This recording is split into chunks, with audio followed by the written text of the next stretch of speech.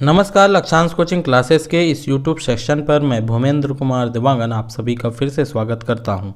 तो दोस्तों, आज के इस वीडियो में हम बात करने वाले हैं स्कूल शिक्षा विभाग छत्तीसगढ़ के सबसे बड़ी खबर, नहीं देनी होगी परीक्षा, इन कक्षाओं के बच्चों को फिर से मिलने वाला है जनरल प्रमोशन।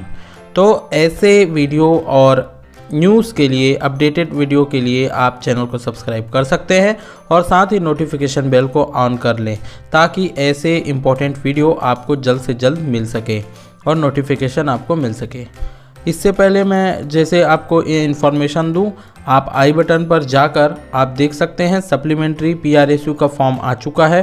नोटिफिकेशन और रिवैल्यूएशन और एग्ज़ाम फॉर्म भरना कैसे है इसका मैंने वीडियो डाल दिया है। आई बटन पर जाकर आप वहाँ पर से उस वीडियो को देख सकते हैं। ठीक है दोस्तों, तो चलिए आज के इस वीडियो के बारे में हम बात करते हैं। इन्फॉर्मेशन ये आई है कि इन कक्षाओं के बच्चों को परीक्षा नहीं देनी होगी, जनरल प्रमोशन मिलने वाला है।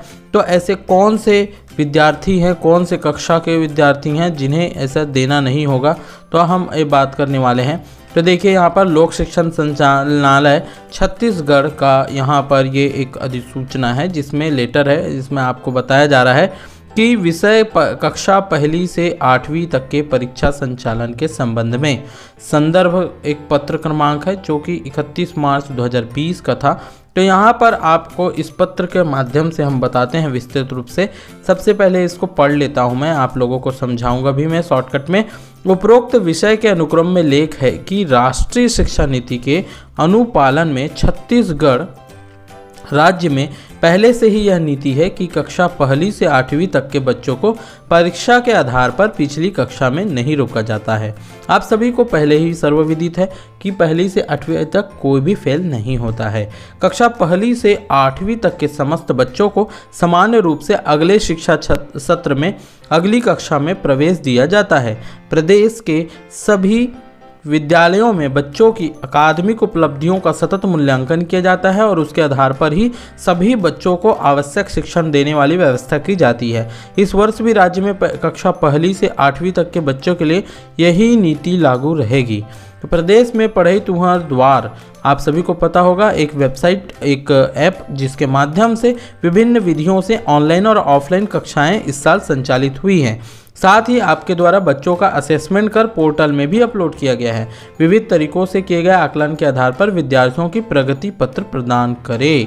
प्रगति पत्र यानी कि अर्थात आपके मार्कशीट, आपको जब स्कूल से मार्कशीट दिया जाता है उसमें हिंदी में प्रगति पत्र लिखा होता है। ठीक है, तो यहाँ पर जो है क्लियर कर दिया गया है कि आप सभी ने पढ़ई तुहर द्वार के ऑनलाइन और ऑफलाइन के तहत आप लोगों ने कक्षाएं अटेंड की और कक्षाएं अटेंड करने के बाद आप लोगों ने उसका मूल्यांकन किया है। आप लोगों के पेपर का जो भी असेसमेंट आपको दिया गया होगा उनके माध्यम से और पोर्टल में अपलोड कर दिया गया स्कूल के थ्रू। तो फिर यहाँ पर उसी के आधार पर आकलन करने के आधार पर विद्यार्थियों को, आप सभी को प्रगति पत्र कक्षा पहली से 8वीं तक के सभी छात्रों को प्रदान की जाएगी। तो इस तरह से उन्हें जनरल प्रमोशन मिल रहा है, एग्ज़ाम दिलाने की आवश्यकता नहीं होगी। साथ ही अब हम बात करें सप्लीमेंट्री वालों की, तो सप्लीमेंट्री वालों की बात यह है कि सप्ली फॉर्म जब प्रिंट आउट निकल रहा है तो वहाँ पर सेंटर या फिर कॉलेज का नाम नहीं दिखा रहा है, ऐसा यहाँ पर कुछ लोगों का कमेंट आया हुआ है। तो जो हार्ड कॉपी है उसको कहाँ जमा करना है, तो आप सभी को मैं बताऊं कि सप्ली का जो हार्ड कॉपी निकलेगा, सप्ली फॉर्म का जब आप ऑनलाइन फॉर्म भरने वाले हैं तब उसके बाद जो हार्ड कॉपी निकलेगा उसको अपने कॉलेज में जाकर जमा करने के लिए पूछें। अगर वो बोल रहे हैं कि एग्ज़ाम सेंटर में जाना होगा तो आपको एग्ज़ाम सेंटर में जाकर जमा करना होगा। एक बार अपने कॉलेज से पूछ लीजिए, किसी टीचर से आप कांटेक्ट में होंगे या आपके दोस्त कोई कांटेक्ट में होगा तो आप उससे पूछ सकते हैं। ठीक है दोस्तों, और एक चीज़ मैं आपको ये बताऊं, अब ये दूसरा चीज़ मैं जो बोलने जा रहा हूँ उसको थोड़ा सा समझने का प्रयास कीजिएगा। इसमें कुछ ऐसा है कहना मेरा कि जैसे कि इस बार जो फॉर्म है उस फॉर्म में क्या करा गया है, सेंटर का नाम दिखाया नहीं गया है। तो सेंटर का नाम ना दिखाने से यहाँ पर ये भी सोच हो सकता है यूनिवर्सिटी का कि आपको उस एग्ज़ाम सेंटर में, जैसे कि एक कोई कॉलेज है उसका एग्ज़ाम सेंटर दूसरा होता है सप्ली का, तो वहाँ ना जाकर किसी और जगह व्यवस्था बनाई जाए। कोरोना के कारण यहाँ पर आप देख सकते हैं, जबकि जो 10वीं 12वीं का बोर्ड है जहाँ पर एक टेबल में 2 व्यक्ति बैठते थे, तो वहाँ केवल 1 बैठाया जा रहा है और सेंटर भी बढ़ गया है। उसी अनुसार हो सकता है आगे जाकर रविशंकर यूनिवर्सिटी को भी जो है सेंटर बढ़ाना पड़े, या हो सकता है कि उन्हें उनके कॉलेज में ही व्यवस्था करा दिया जाए। तो इस पर अभी बातें क्लियर नहीं हुई हैं, इसलिए फॉर्म का हार्ड कॉपी कहाँ जमा करना है ये भी क्लियर वहाँ पर समझ नहीं आ रहा है। और साथ ही बात यह है कि बहुत सारी चीज़ें ऐसी हैं जो असमंजस करने वाली हैं।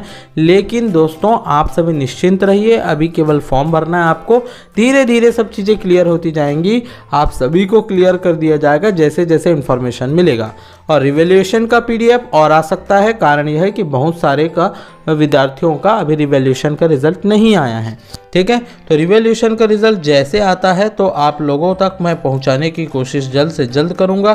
तो रिवैल्यूएशन के लिए आप लोग घबराएं नहीं, जैसे आता है हम आपको शेयर कर देंगे। ठीक है दोस्तों, और इसके अलावा और जो बातें थी वो क्या है कि आप सभी को जो सप्ली फॉर्म वाला और जो भी आपको बताया गया है, 3 वीडियो आपको दिया गया है, एक रिवैल्यूएशन का, एक सप्ली का और एक है सप्ली फॉर्म का, है ना। तो इन तीनों को दोस्तों तक अपने सभी ग्रुप्स तक शेयर करें ताकि सभी को समझ में आए कि फॉर्म कैसे भरना है। ठीक है, फॉर्म में कुछ नया है नहीं, बिल्कुल आसानी से मैंने आपको बता दिया है। पूरा पेमेंट तक जाकर प्रिंट आउट भी निकालने का तरीका मैंने बता दिया है।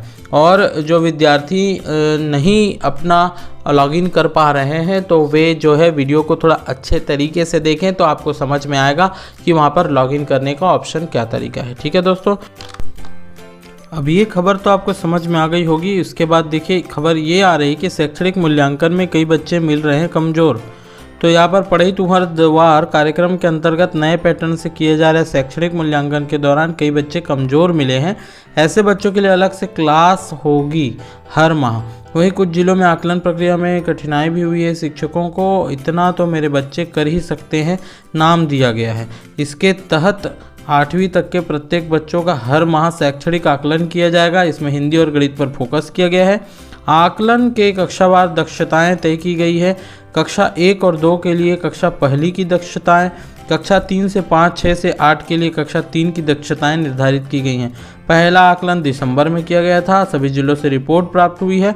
कुछ जिलों से शिक्षकों को आकलन प्रक्रिया में कठिनाई हुई। इसी तरह कुछ विद्यार्थियों को उपचारात्मक शिक्षण की आवश्यकता है, ऐसा बोला जा रहा है।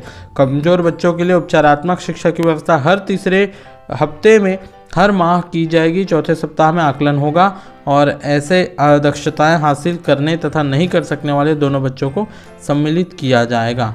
तो यहाँ पर मतलब जैसे मैंने आपको ये बताया पढ़ई तुहर दुआर कार्यक्रम के अंतर्गत ऑनलाइन ऑफलाइन का ये हुआ है, उसके साथ ही फिर ये भी खबर आ रही है। तो दोस्तों ऐसे में थोड़ा सा दिक्कत वाला केस ये होता है कि बच्चों का यहाँ पर ये जो है स्किल डेवलप नहीं हो पा रहा है। और साथ ही यहाँ पर प्रमोट करने के लिए हम बताया जा रहे हैं, यदि आप ट्यूशन क्लासेस ज्वाइन करना चाहते हैं ऑनलाइन, स्नेहा क्रिएटिव राइटिंग जो कि कंपैरिजन और paragraph writing, letter application writing, short stories, vocabulary and short essays, many other activities, अगर आप इसमें ज्वाइन होना चाहते हैं तो इसका डिस्क्रिप्शन में मैंने लिंक दिया है जहां पर आप व्हाट्सएप ग्रुप में ज्वाइन हो सकते हैं। किड्स जो है 6 से 8 तक के जो बच्चे होते हैं, नर्सरी तो 3rd, ऑनलाइन ट्यूटर है ये, Sneha tuition master online classes.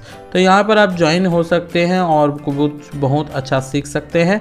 तो दोस्तों अगर आप चाहते हैं इनसे कनेक्ट होना तो नीचे डिस्क्रिप्शन पे लिंक दिया है जिसमें से आप जाकर जुड़ सकते हैं और जो इंटरेस्टेड हो वो उनसे बात भी कर सकते हैं।